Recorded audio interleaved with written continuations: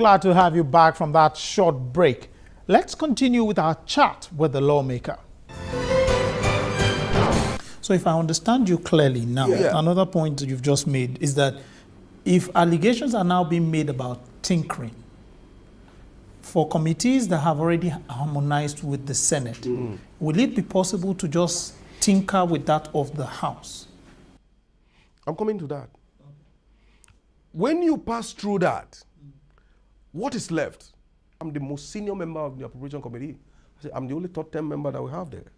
Abdulmuni is the second timer, so I was careful but cautious. I was always advising on the right path to follow. So what happened at that point is, the moment that is done, it gets to a point where you now call it the committee clerk and his secretariat's work, collation. Yes. Collation. Because when you are coming with the hard copies, like I said, up to 40 copies to give to members, you equally submit a soft drive of that same document that you are bringing to the appropriate in a specific format, so that it will be easy, you know, to meet the standard of that of the secretariat.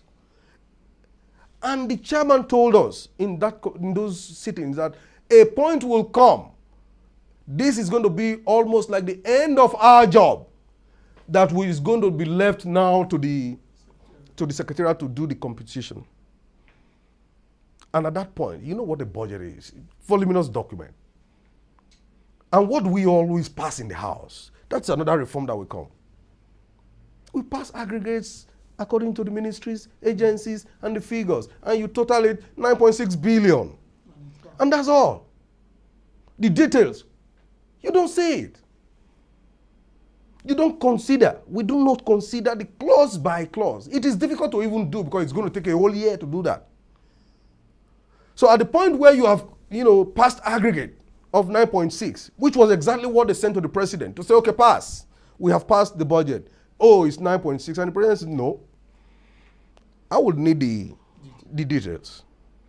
At that point, when the aggregate was actually passed and sent, who was working on the details?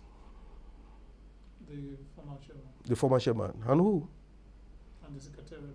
Secretariat. And then leadership. And some smart chairmen.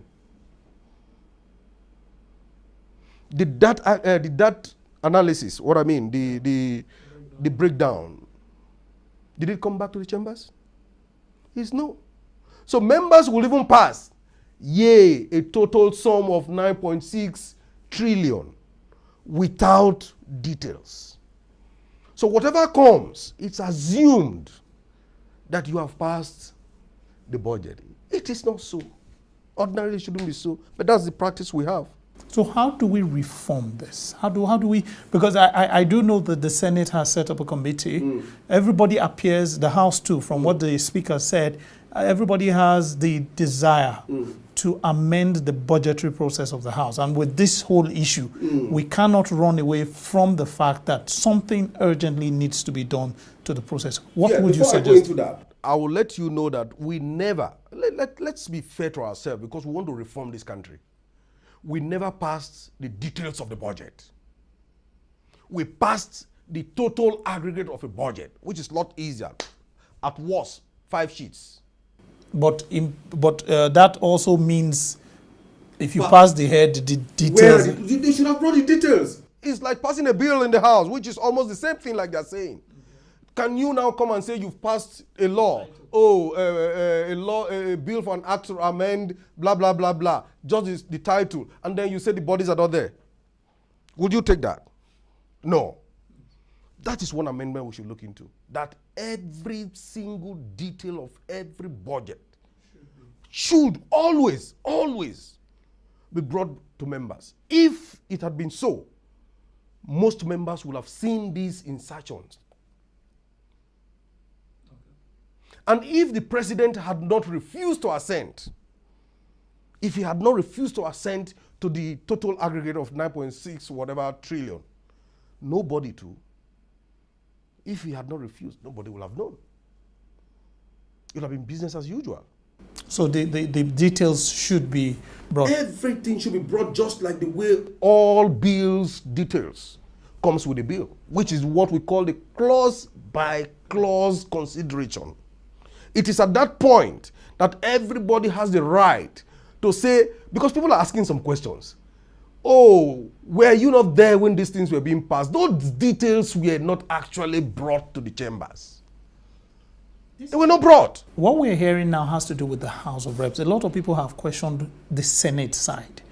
Because Well, the document we have is a harmonized document. How is it possible to connive, as we're using now, that these people that are making the allegations now put projects in, and then it was also passed by the Senate and harmonized? I think we have one process. We have one National Assembly. So it's mutandis, mutandis. What happens here happens there. What happens there happens here. I'll end it there. I'm not going to talk of the Senate because it's calm, and I appreciate it's calm. But what I'm saying, as a member of the House, is that forthwith, going forward, all budgets must come with its details. If it means us taking one budget for every 1 day, let it not be lumped together anymore. What exactly will be the next page in this ongoing saga? How do you see this ending? Well, no one can say for now, but one thing is clear. Our budgeting process needs a makeover. Or what are your thoughts on that? Well, I look forward to getting your views and comments. And it's on this note I say thanks for being there. Till next time, take care.